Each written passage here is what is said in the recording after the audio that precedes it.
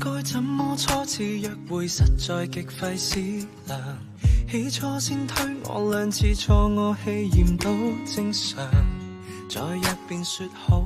其實第一次見你就已經好中意你，咁我嗰陣時一直都唔敢同你喺埋一齊，咁我諗咗好耐，心思熟慮咗好耐，咁我決定我下半世就交俾你啦。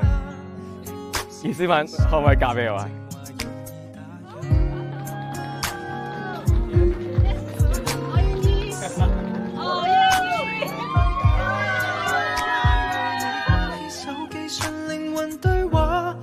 知道霎眼就談到赤柱了，錯過了你我的家。